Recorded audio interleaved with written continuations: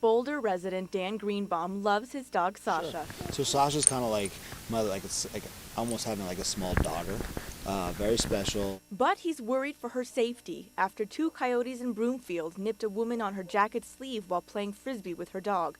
The incident made Dan even more nervous about coyotes in his area. Yeah, I heard yipping or noises of coyotes, and unfortunately, it's kind of a scary thing because there are signs up in the area that I do live in for warnings about watch your small animals, about coyotes. So the first thing I think of if she gets out at night is, there's a possibility of her getting attacked. Coyotes are native to the Front Range, so the issue of pet safety is perennial in Colorado. But it's been brought back into focus, causing people like Dan to fear for Sasha's safety, even in his own backyard. The unfortunate side to living in the area I live in is, the first thing I think of is just not that she's going to get found, is she's going to get found by a coyote and, she'll die. The Colorado Division of Wildlife says the key to coexisting with coyotes is extensive public education. The Division of Wildlife has put out this flyer that's fantastic, that gives people information on how do you take care of your pets in coyote areas? How do you protect your property? What do you do when you see a coyote? This kind of information is really key to get out to the public.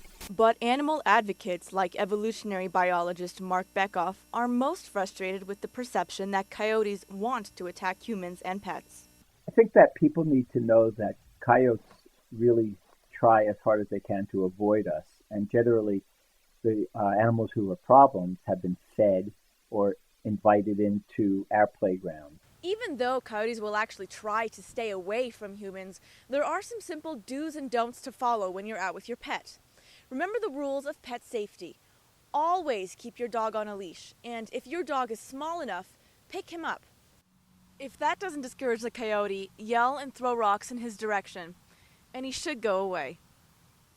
Other things the DOW wants people to remember: never leave pet food outside, never feed coyotes, and never leave small dogs alone outside. These incidents can really be minimized if people follow some of the guidelines. People like Dan Greenbaum don't need to worry. Playtime can be safe. But Mark Beckoff wants people to keep in mind that coyotes should be respected from a distance.